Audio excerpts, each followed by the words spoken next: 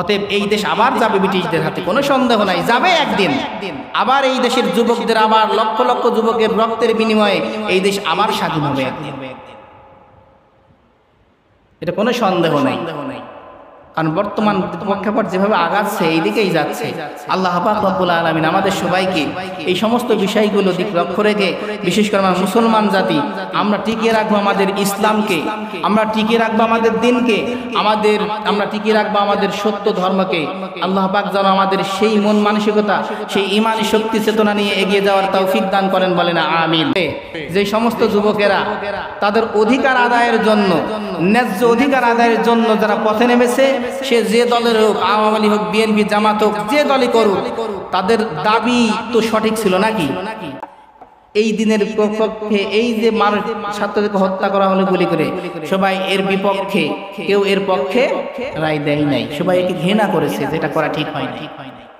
সম্মানিত উপস্থিতি, আলোচনার বিষয় ছিল ওয়ালা তাকুলু লিমাক্তালু ফি সাবিলিল্লাহি আমওয়াত বাল আহইয়াউ ওয়ালাকিন লা তাশউরুন।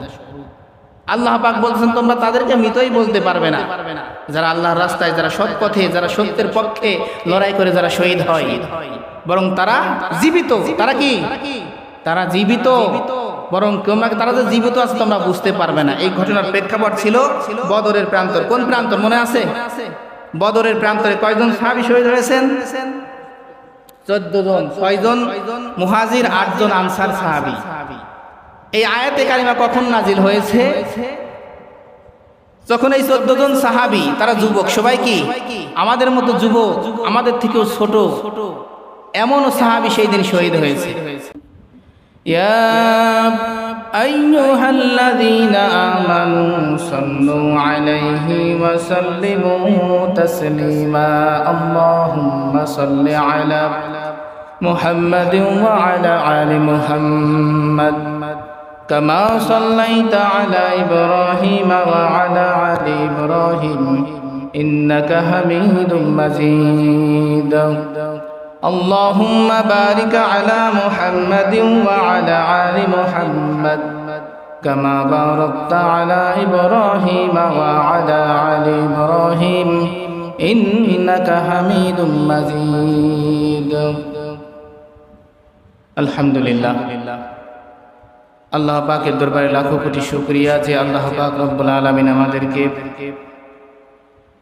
জুমআ সালাত আদায় করার উদ্দেশ্য নিয়ে, আল্লাহ পাকের এক বিরাট হুকুম পালন করার উদ্দেশ্য নিয়ে মসজিদে আগে আগে আসার তৌফিক যে আল্লাহ পাক আমাদের দান করলেন। এজন্য আসুন সেই মহান মালিকের দরবারে কালিমাতু শুকর আদায় করছি, বলছি আলহামদুলিল্লাহ। জোরে বলি আলহামদুলিল্লাহ। লাখো কোটি দরুদ এবং সালাম বিশ্বজাহানের বিশ্বনেতা সাইয়্যিদুল মুরসালিন খাতামান নবিয়্যিন আখিরুল পয়গম্বর, সমগ্র জমিনের, সমগ্র রাষ্ট্রের মধ্যে মহানায়ক, যার আদর্শকে গ্রহণ করতে পারলে জীবন আমাদের ধন্য। আসুন সেই মহান মানুষের প্রতি আমরা বাংলাদেশের এক প্রান্ত থেকে কোটি কয়েক মুসলমান এক জায়গায় একস্বরে পড়ছি সাল্লাল্লাহু আলাইহি ওয়াসাল্লাম।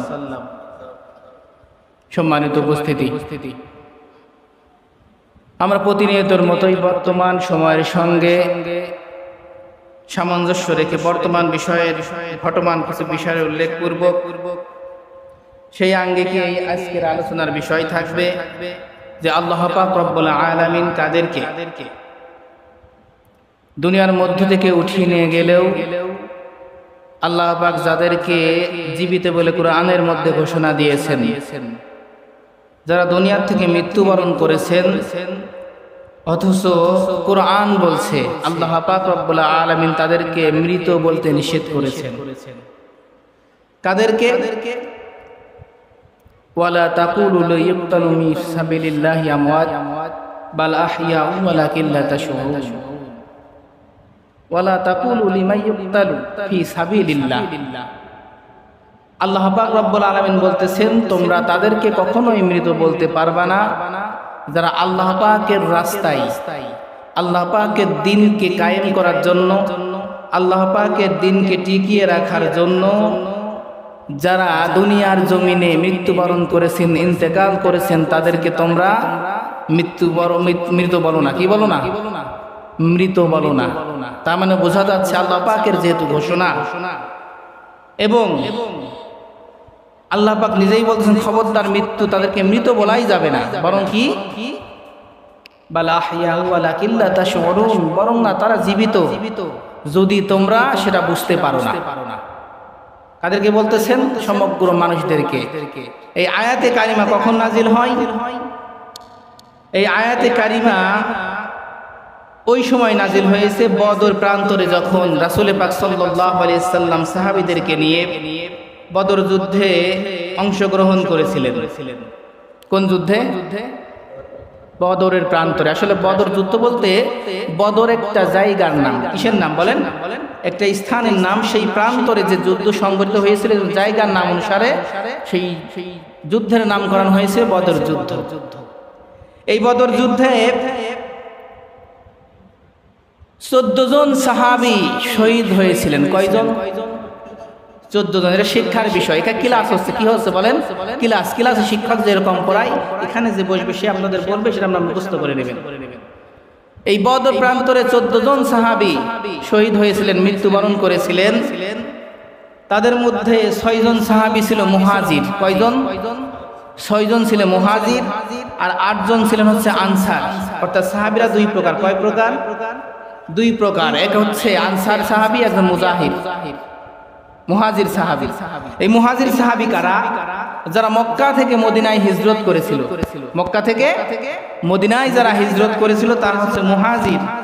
আর এই মক্কা থেকে মদিনায় আগমনরত আমন্ত্রিত যে সমস্ত সাহাবীরা ছিল, তাদেরকে সামগ্রিকভাবে সহযোগিতা করার জন্য যেই সমস্ত মদিনায় অবস্থানকারী সাহাবী ছিল, তাদেরকে বলা হয় আনসার। কথা বুঝতে পারছেন? অর্থাৎ মদিনার স্থায়ী বাসিন্দা যারা সাহাবী ছিলেন তারা হচ্ছে আনসার, আর যারা মক্কা থেকে মদিনায় গিয়েছিলেন তারা হচ্ছে মুহাজির। এই 14 জন সাহাবী, অনেক সাহাবী অংশগ্রহণ করেছিলেন, তার মধ্যে এই 14 জন সাহাবী শহীদ হয়েছিলেন সেই প্রান্তরে। এখন বলেন, যারা আল্লাহ পাকের রাস্তায় শহীদ হয়, যারা সত্যের জন্য যারা শহীদ হয়, যারা সত্যের উপর অটল থেকে শহীদ হয়, তারা চিরস্মরণীয় হয় না যারা মিথ্যাকে সাপোর্ট করে, যারা অন্যায়কে সাপোর্ট করে, তারা চিরস্মরণীয় হয়? কারা স্মরণীয় হয়? সত্যের পক্ষে যারা লড়াই করে, সত্যকে যারা আঁকড়ে ধরে, তারাই স্মরণীয় হয়। তার আগে বর্তমান প্রেক্ষাপট নিয়ে একটু না বললেই নয়, যেহেতু আলোচনার সঙ্গে একটু মিল আছে। আমরা শহীদ বলতে পারি না, তবে সত্যের পক্ষে, ন্যায্য অধিকারের পক্ষে যারা লড়াই করে তাদেরকে আমরা কি বলতে পারি? যোদ্ধা, একজন যোদ্ধা বলতে পারি, এতে সন্দেহ নাই। 1971 সালের যুদ্ধে, মুক্তিযুদ্ধে বলেন তো, এই দেশকে স্বাধীন করার লক্ষ্যে, এই দেশকে স্বাধীনতা আনার জন্য এই দেশে একবার যুদ্ধ হয় নাই? এটা যুক্তিসঙ্গত যুদ্ধ ছিল না অযৌক্তিক যুদ্ধ ছিল? যুক্তিসঙ্গত। এই দেশটা যখন ব্রিটিশদের হাতে চলে যায়, যখন আমাদের দেশটা অন্য রাষ্ট্রের শাসন করবে, সেই দেশে কোনো মানুষ টিকে থাকতে পারে না। তদ্রূপ আরেকবার যুদ্ধ হয়েছিল, আবার আন্দোলন হয়েছিল 1952 সালে। 1952 সালে, যেটাকে সারা বিশ্বে, শুধু আমাদের বাংলাদেশ নয়, সারা বিশ্বে ইউনেস্কো কর্তৃক স্বীকৃত দিয়েছিলেন ইন্টারন্যাশনাল মাদার ল্যাঙ্গুয়েজ ডে, যেটা এখনো 26শে মার্চ এই দিনটাকে, অর্থাৎ 21শে ফেব্রুয়ারিকে এই দিনটাকে ইউনেস্কো কর্তৃক কয়েকটা রাষ্ট্রে এখনো এই দিবসটা পালন করা হয়। কারণ কি? সারা বিশ্ব চিরনন্দিত, দেশের এমন কোনো দেশ নাই বাংলাদেশ বাদে যেখানে এই ভাষার জন্য কেউ যুদ্ধ করেছে। কিসের জন্য? ভাষার জন্য। একমাত্র, শুধুমাত্র আমাদের বাংলাদেশের দামাল ছেলেরা, যুবকেরা বাংলা ভাষা দাবির লক্ষ্যে, বাংলা ভাষা আমাদের রাষ্ট্রভাষা হওয়ার জন্য যুদ্ধ করেছিল, আন্দোলন করেছিল। সেটা হচ্ছে শুধু বাংলাদেশের যুবকেরা। তাছাড়া কোনো দেশেই ভাষাকে রাষ্ট্রভাষা করার জন্য, নিজ নিজ ভাষাকে বুঝে নেওয়ার জন্য যুদ্ধ করে নাই। এই জন্য সারা বিশ্বে আমাদের 21শে ফেব্রুয়ারি 1952 সালের যে ভাষা আন্দোলন হয়েছিল, এটাকেও সেই যুবকেরা, অর্থাৎ সারা বিশ্বের মানুষ এখনো এই দিনটাকে পালন করে নিজেদের দিনের পাশাপাশি। বলে সুবহানাল্লাহ, বিরাট ব্যাপার। তো বর্তমান সময়ে আমি না বললেই নয়, বর্তমান সময় আজকেও বলছি, কোঠা সংস্করণ পদ্ধতি, কোঠার বিরুদ্ধে আন্দোলন চলেছে কি চলে নাই? আন্দোলন এখনো কিন্তু থামে নাই। এখন এই ভাষা, এই কোটার বিপক্ষে যারা আন্দোলন করেছে, কোঠা যারা না রাখার পক্ষে, যারা লেখাপড়া করেছে ছোট থেকে বড় পর্যন্ত শিক্ষিত হয়েছে, তাদের থেকে দাবি আছে এই যে সবাই পরীক্ষা দিয়ে চাকরি নিক। এটা চাই কি চায় না? এখন যে কেউ চায় না যে একজন লেখাপড়া না করে চাকরি নেই, এটা কেউ মেনে নেবে? এটা কি দুর্নীতি না সুনীতি? দুর্নীতি। যারা শিক্ষিত হয়েও যারা লেখাপড়া না করে, যারা শিক্ষিত হয়ে চাকরি পাচ্ছে না, না লেখাপড়া করে চাকরি নিচ্ছে, এটা দুর্নীতি ছাড়া কিছু হতে পারে? বলেন। এটা সবার ক্ষেত্রেই, যে কোনো দলের ক্ষেত্রে এটা কেউ মেনে নেবে না। যে যেখানে আমি স্থান পাওয়ার যোগ্য, সেখানে অন্য অযোগ্য ব্যক্তি একজন স্থান নেবে, এটা কেউ মেনে নিতে পারে? এটা কেউ মেনে নেবে না। এই উপলক্ষে দেখেন আল্লাহ পাক যে বলেছেন যে যারা আল্লাহর রাস্তায়, যারা সত্যের পক্ষে, যারা ন্যায় আদায়ের পক্ষে যারা যুদ্ধ করে, যারা মৃত্যুবরণ করে, তারা কখনো মরে না। কি মরে না? তারা মরেই না। এটা এখন বাংলাদেশের একটি দৃষ্টান্ত আমরা এখন যদি দিই তাহলে ক্লিয়ার। নেট, ফেসবুক, যেখানে ইউটিউব, যেখানেই ঢোকেন, আবু সাইদ নামে আমার এক রংপুরের বেগম রোকেয়া বিশ্ববিদ্যালয়ের একজন ছাত্র, সে এই কোঠা আন্দোলনের মধ্যে তিনি শহীদ হয়েছেন। হয় নাই? কি হয়নি? হয় নাই? এটা কিন্তু চিরস্মরণীয় হয়ে থাকবে। শুধু তাই নাই, আল্লাহ পাক যে বলেছেন যে যারা ন্যায়ের পক্ষে, সত্যের পক্ষে যারা লড়াই করে, যারা মৃত্যুবরণ করে, তারা মরে না। তারা মরে না, এমনকি তোমরা তাদেরকে মৃতও বলতে পারবে না, নিষেধ করা হয়েছে। তাহলে এখন তারা কিভাবে তারা জীবিত আছে? আল্লাহ পাক নিজে বলছেন ওয়ালাকিল্লা তাশউরুন, তোমরা এটা বুঝবা না, তোমরা এটা বুঝবা না।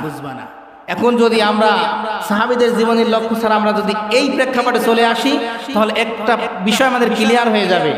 আবু সাইদ নামে বেগম রোকেয়ার যে গেটে ঢোকার পথ, ওই গেটের নাম করা হয়েছে আবু সাইদ গেট। কি করা হয়েছে? কয়দিনের ব্যবধানে? 1 সপ্তাহের ব্যবধানে তার নাম উঠে গেছে একটা গেটের নামে। বলে সুবহানাল্লাহ। এটা ভালো, কিন্তু আমি খারাপ বলছি না, এটা ভালো পক্ষে। এবং আর একটি কি করা হচ্ছে, আবু সাইদ চত্বর, যেই চত্বরে সে শহীদ হয়েছে, যেখানে তাকে গুলি করে হত্যা করা হয়েছে, সেই চত্বরের নাম করা হয়েছে আবু সাইদ চত্বর। তাহলে যারা সাহসী, যারা ন্যায় আদায়ের পক্ষে, ন্যায্যের পক্ষে যারা লড়াই করে, তাদেরকে সারা বিশ্ব তাদের সাপোর্ট করে, ঠিক কিনা? এখন প্রশ্ন হচ্ছে, এই আবু সাইদকে কেউ চিনতো? আমি আপনি চিনতাম? কথা বলে না, চিনতাম? আমরা কেউ কিন্তু চিনতাম না। অথচ কয়েকটি দিনের ব্যবধানে নিজের বুককে যখন পেতে দিল, তিনি ভেবেছিলেন হয়তো মারবে না, তাকে তো মারা হয়েছে। নৃশংস পশুর মতো তাকে গুলি করে হত্যা করা হয়েছে। প্রথম গুলিটা আগে তার পাজরে, ভিডিও দেখা গেছে, প্রথম করাই লাগে এই বাম পাজরে, তার একটা গুলি লাগে ডান পাজরে। এখন খেয়াল করেন, যারা পাজরে গুলি লাগার পর তার আরো 4টা গুলি করা হয়েছে, মোট 5টা দেখা যাচ্ছে। তাকে পোস্টমর্টম করতে না করতে নিষেধ করা হয়েছিল, অনুরোধ করেছে ছাত্ররা, যে এখান থেকে সরেছে তাদের কায়দায় তাকে পোস্টমর্টম করা হয়েছে। কথা হচ্ছে তারা চিরস্মরণীয় হয়ে থাকবে। এখন ছাত্রদের আরেকটা দাবি উত্থাপন করা হয়েছে, বেগম রোকেয়া বিশ্ববিদ্যালয় নাম আর থাকবে না, ওটাকে আবু সাইদ বিশ্ববিদ্যালয় করা হবে। কয়েকটি দিনের ব্যবধানে তাকে যদি এত প্রশংসা তোলা হয়, সারা বাংলাদেশের মানুষ, সারা বিশ্ব দেখেছে, যুক্তরাষ্ট্র তাদের সেখানকার কিছু মন্ত্রী পরিষদের লোকেরা এখানে আলোচনা করেছে। আমাদের দেশের সাংবাদিক ওখানে কিন্তু চাকরিরত আছে, তিনি বাংলাদেশের চিত্রগুলো ইংলিশ ওখানে উপস্থাপন করতেছে, তারা দেখতেছে, এবং সেটা সবাই, শুধু বাংলাদেশ নয়, সমগ্র দেশের রাষ্ট্রপ্রধানরা। যখন এই 14 জন সাহাবী শহীদ হয়ে গেলেন, মদিনার কিছু নামধারী কাফের মুশরিক, আমার নবীর দুশমনেরা বলতে লাগলো, হায় হায় কি হয়ে গেল, এই ছোট্ট ছোট্ট যুবকগুলি কেবল দুনিয়ার মধ্যে দুনিয়ার নাজ নেয়ামত ভোগ করতে শুরু করেছে, আজকে তারা হঠাৎ করে দুনিয়ার থেকে বিদায় হয়ে গেল, এটা অকাল মৃত্যু, এটা মেনে নেওয়া যায় না। এই রকম মৃত্যু তো হতে পারে না, কেন তারা দুনিয়ার থেকে আজকে মৃত্যুবরণ করলো, এটা তো ঠিক হয় নাই। তারা কেবল তারা যৌবনকে উঠিয়ে তুলেছে, দুনিয়ার এখনো নাজ নেয়ামত এখনো তাদের ভোগ করতে অনেক বাকি রয়েছে, তারা কেন এরকম হলো, তারা মৃত্যুবরণ কেন? তারা উপহাস করে যখন এই কথাগুলো বলতে লাগলো, কারণ তারা ছিল কাফের মুশরিক। তারা কি ছিল? তারা ছিল কাফের মুশরিক। এই কথা যখন শত্রুরা বলতে লাগলো, আঘাত দেওয়ার কারণে, দুশ্মনী করে তখন আল্লাহ পাক রব্বুল আলামিন আয়াতে কারিমা নাজিল করে দিয়ে বললেন, খবরদার খবরদার, তাদেরকে তোমরা মৃত ব্যক্তি বলতে পারবে না, দুনিয়ার মধ্যে তারা চিরস্মরণীয় চিরঞ্জীব। বলি সুবহানাল্লাহ। কেমন ছিল যে তারা মৃত্যুর পরেও তারা জীবিত। কিতাব সাক্ষী দেয় যেই সমস্ত মানুষগুলি আল্লাহ পাকের দিনকে কায়েম করার জন্য যারা যুদ্ধ করেছে, অন্যায়ের বিরুদ্ধে লড়াই করেছে, নিজের দিনকে টিকিয়ে রাখার জন্য, আল্লাহ পাকের মনোনীত ধর্ম ইসলামকে টিকিয়ে রাখার জন্য যারা দুনিয়ার মধ্যে শহীদ হলো, তারা কখনো মরতে পারে না। আল্লাহ পাক রব্বুল আলামিন দুনিয়ার মধ্যে যারা সত্যের পক্ষে লড়াই করে মৃত্যুবরণ করবে, তারা কখনো এই রকম মৃত্যুবরণ করলেও আল্লাহ পাক বলতেছেন তারা মরে না। কারণ হলো কিতাবের মধ্যে পাওয়া যায়, যখন তাদের রূহটাকে ইল্লিয়িনে থেকে চলে যাওয়া হয়, নিয়ে যাওয়ার পর তাদের রূহটাকে একটা সবুজ পাখির মাঝে ঢুকিয়ে দেওয়া হয়। ওই সবুজ পাখিটা জান্নাতের দেয়ালে কোণাকুণি ঘুরে এসে বেড়ায়, আর যখন যা ইচ্ছা সেখান থেকে সেই পাখিগুলো ভক্ষণ করে। ওটা তো পাখি আর থাকে না, ওটা হয়ে যায় সেই শহীদগণ। তারা মরে না, তারা দুনিয়া থেকে যাওয়ার পর তাদের আনন্দের জীবন শুরু হয়ে যায়। বলে সুবহানাল্লাহ। এই জন্য আল্লাহ বলে, ওয়ালাকিল্লা তাশউরুন, তোমরা এটা বুঝবা না। কি তোমরা এটা বুঝবা না? তোমরা দুনিয়ার থেকে চলে গেছে মনে করবে ওরা মারা গেছে। না, তারা মারা যায়নি, তারা শুধুমাত্র তাদের রূহটাকে নিয়ে যাওয়া হয়েছে। তারপরে তারা আগের মতোই নাজ নেয়ামত ভোগ করতেছে। বলে সুবহানাল্লাহ। সম্মানিত উপস্থিতি, তাহলে দুনিয়ার মধ্য থেকে যারা জিহাদ করে, যারা ইসলামকে টিকিয়ে রাখার জন্য যারা বিদায় নেবে, তাদেরকে মৃত্যু বলা যাবে? তাদের মৃত বলা যাবে না। আমাদের নবী বিশ্বনবী মুহাম্মদ সাল্লাল্লাহু আলাইহি সাল্লাম তিনি দুনিয়ার মধ্যে অনেকে তাকে বলে তাদের মৃত বলা যাবে না। বলে কি বলে না? ইন্তেকাল ফরমায়েছেন, দুনিয়ার মায়া ত্যাগ করেছেন, দুনিয়া ত্যাগ করেছেন, এরকম বলে। মৃত্যুবরণ করেছেন, এটা কেউ সাধারণত বলতে চায় না সম্মানের ক্ষেত্রে। সম্মানিত উপস্থিতি, আল্লাহ পাক রব্বুল আলামিন বলতেছেন যে তোমরা মৃত তাদেরকে বলতে পারবা না, আমি আল্লাহ বলছি যে তারা জীবিত, তারা জীবিত। অর্থাৎ আল্লাহ পাক রব্বুল আলামিন এই সমস্ত শহীদদেরকে সম্মান জানিয়ে, এটা কি সম্মান জানিয়ে কিন্তু এরকম কথা বলেছেন, সম্মান জানিয়ে, তাদেরকে অসম্মানিত করে নয়। এজন্য সম্মানিত উপস্থিতি, দুনিয়ার জমিনে যারা এখনো সত্যের পক্ষে লড়াই করে যাচ্ছে, তারা এই লড়াই করতে করতে ইসলামের পক্ষে থেকে, কিসের পক্ষে থেকে? ইসলামের বিপক্ষে যেন না যায়, ইসলামের পক্ষে থেকে, সত্যের পক্ষে থেকে যারা লড়াই করবে, যারা দুনিয়ার থেকে বিদায় নেবে, আমরা আশা রাখি, আমরা কোরআনের দিকে তাকিয়ে আমরা বলতে পারি তারা দুনিয়ার মধ্য থেকে এই জান্নাতি মেহমান হিসেবে বিদায় নেয়। বলে সুবহানাল্লাহ। সম্মানিত উপস্থিতি, আজকের বিষয় এজন্যই বললাম, সারা দুনিয়ার মধ্যে একটা ব্যাপক একটা আন্দোলনের পক্ষে কাজ করেছে যারা। আমরা যদিও মুক্তিযুদ্ধ দেখি নাই, যুদ্ধ দেখি নাই, ভাষা আন্দোলন দেখি নাই, এখন বলেন আমরা কিন্তু বুঝতে পেরেছি যে যদি সাধারণত একটা কোঠা সংস্করণের বিরুদ্ধে যদি এরকম যুবকেরা নামতে পারে, সেই দিন না কত যুবক পথে নেমেছে দেশকে স্বাধীন করার জন্য, ঠিক কিনা বলে? কত মায়ের যে বুক খালি হয়েছে। এখানে সাধারণত নিউজ পাওয়া যাচ্ছে কিছু যুবকেরা মৃত্যুবরণ করেছে, ধরলাম হাজারই পড়ল, কিন্তু সেদিন লক্ষ লক্ষ যুবকেরা দুনিয়ার মায়া ত্যাগ করে শুধু শত্রুদের সামনে দাঁড়িয়েছে তাদের ভাষাকে টিকিয়ে রাখার জন্য, তাদের দেশকে স্বাধীন করার জন্য। এর থেকে অনেক ভয়াবহ দিন আসে নাই? এজন্য সম্মানিত উপস্থিতি, আমরা এখান থেকে একটা শিক্ষা নিয়েছি যে যুদ্ধ কি রকম হয়, আন্দোলন কাকে বলে। তবে ভিডিও দেখলে খারাপই লাগে, একটা যুবককে গুলি করছে, ওকে তার একটা ফ্রেন্ড বা ভাই বা একটু নিয়ে যাচ্ছে, যুদ্ধের সময় যে এরকম একজনকে গুলি করা হলে আর এক সহপাঠী তাকে নিয়ে যায় নাই, নিরাপদ আশ্রয় নেওয়ার জন্য চেষ্টা করেছে, টেনে টেনে নিয়ে গেছে। এখানেও তাই একই সেম কাহিনী দেখলাম, বড় কষ্ট লাগলো। আসলেই কষ্ট লাগার কথা। একজন ভাইকে গুলি করেছে, একজন ছাত্র ভাইকে গুলি করার পর আরেক ভাই তাকে বুকের মধ্যে হাত দিয়ে পিছন দিকে নিয়ে যাচ্ছে, তাকেও গুলি করা হয়েছে। শেষমেশ ভারী মানুষ ওকে আর নিতে পারে নাই, নিজে কোনো রকম জানটা নিয়ে খোঁড়াইতে খোঁড়াইতে ওখান থেকে বিদায় নিয়ে একটা গরমের মধ্যে প্রবেশ করেছে। তাহলে আমরা বুঝতে পারলাম যে আমাদের দেশে যেগুলো যুদ্ধ হয়েছে এর থেকেই ভয়াবহতা রূপ নিয়েছিল সেই দিন, ঠিক কিনা বলেন? আমরা অনুধাবন করতে পারলাম, যারা যুদ্ধ দেখি নাই, আমরাও দেখি নাই, দেখা তো দূরের কথা, আমাদের বড় ভাইরাও এখনো দেখে নাই, কিন্তু আপনাদের মধ্যে অনেকেই দেখেছেন, দেখেন নাই? দুই একজন দেখতে পারেন, কিন্তু বিষয় হচ্ছে যুদ্ধ যে কত ভয়ঙ্কর এটা আমরা অনুধাবন করেছি, বুঝতে পেরেছি। তবে আমাদের দোয়া থাকবে, তাদের দাবি নেওয়ার যে অধিকার ছিল, দাবি আদায়ের লক্ষ্যে ছিল, এটা আমরাও পক্ষ নিই, যে কোনো পক্ষ তাদের পক্ষেই থাকবো। কারণ কি, আসলে এটা দুর্নীতি, বাংলাদেশে বড় দুর্নীতি হচ্ছে এইটা। আমি আগেও বলেছিলাম জুম্মাই যে পরীক্ষা দিয়ে টিকার পরে চাকরি হওয়ার পরে তার যে সুযোগ সুবিধা যতটুকু লাগে আপনি দেন, ঠিক কিনা বলেন? আপনি চাকরি পাওয়ার আগেই তাকে চাকরি ঢোকাবেন তার অধিকার দিয়ে, এটা আসলে মেনে নেওয়া যায় না। সম্মানিত উপস্থিতি, এজন্য দাবি আদায়ের লক্ষ্যে সদস্য থাকতে হবে। এখান থেকে আমাদের মুসলিম উম্মাহর একটা শিক্ষা, বড় শিক্ষা, এমন এক সময় আসবে এই দিনে ইসলামকে টিকিয়ে রাখার জন্য আমাদের পথে নামতে হবে, ঠিক কিনা বলেন? কথা বলতেছেন না কেন? এই ইসলামকে টিকিয়ে রাখার জন্য আমাদেরকে এক সময় এরকম পথে নামতে হবে আমাদের সবাইকে। সেই দিন কারণ কি, যখন আমাদের ইসলামকে নিয়ে মানুষ কটূক্তি করবে, মানুষ যখন এই দেশ থেকে মুসলমানদেরকে বিতাড়িত করতে যাবে, যখন এই দেশকে কোরআনের আইন বাতিল করতে যাবে, তখন আমাদের একই পরিস্থিতি আমাদের সামনে আসবে। আল্লাহ পাক বলেছে আমাদের দেখে যাওয়ার ভাগ্য হতে পারে, অথবা আমাদের পরবর্তী প্রজন্ম এটা দেখবেই। এমনও আসবে, আল্লামা সাইদ একটা কথা বলেছিলেন, উত্তর গগনে মেঘ জমেছে কথা বলেছিল না, জমেছে। আমার একটা কথা, এই দেশ যেভাবে চলছে, যেভাবে চালাচ্ছে, এই দেশ আবার ব্রিটিশদের হাতে আস্তে আস্তে চলে যাবে। আবার যুদ্ধ করে আমাদের এই দেশকে স্বাধীন করতে হবে, এটা মনে রাখবেন একবার কথা। যদি আল্লাহ পাক আমাদের বাঁচিয়ে রাখে, ছোটদেরকে একদিন মনে পড়বে এই দেশ আবার ব্রিটিশদের হাতেই যাবেই। কারণ কি, এই বাংলাদেশ বাইরের রাষ্ট্রের কাছে প্রচুর টাকা পরিমাণ দিনা আছে। যদি তারা একবার মনে করেন আমরা বাংলাদেশকে আমাদের নিজের মধ্যে করে নেব, আমরা নিজের মতো করে নেব, তাদেরকে আমরা কিনে নেব, এটাও তারা পারে। সম্মানিত উপস্থিতি, আপনারা সবসময় সচেষ্ট থাকবেন আপনাদের দিনের উপর যেন কেউ আঘাত না আনে, দিনের উপর যেন কেউ আঘাত না আনে। যদি কেউ আমাদের নবীকে নিয়ে, আমাদের ইসলামকে নিয়ে কটূক্তিমূলক কোনো উক্তি বলে, সে যে দলের লোকই হোক, তাকে সঙ্গে সঙ্গে আটক করবেন।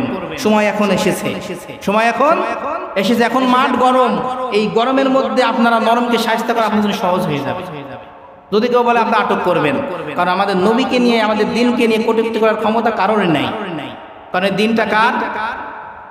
আল্লাহ পাকের ধর্ম। ইন্না দীনা ইনদাল্লাহিল ইসলাম, এটা আল্লাহ পাকের কাছে মনোনীত ধর্ম, কোরআনের বাণী, কোরআনের আয়াত। অথচ এই দিনকে নিয়ে যারা ঠাট্টা বিদ্রুপ করবে, তাদেরকে আমরা ছেড়ে কথা বলবো নাকি? না বলবেন কেউ ছেড়ে কথা বলা যাবে না। এজন্য সম্মানিত ভাইরা, সম্মানিত মুসলমান ভাইরা, আমরা মুসলমান, আমরা হচ্ছে পরস্পর ভাই, আমাদের এই সম্পর্ক অটুট রেখে আপনারা দল করেন, কিন্তু খবরদার ভাই সম্পর্ক নষ্ট করবেন না। ইসলামকে টিকিয়ে রাখার জন্য যতটুকু যা করার লাগে আমরা একতাবদ্ধ করতে রাজি আছি ইনশাআল্লাহ।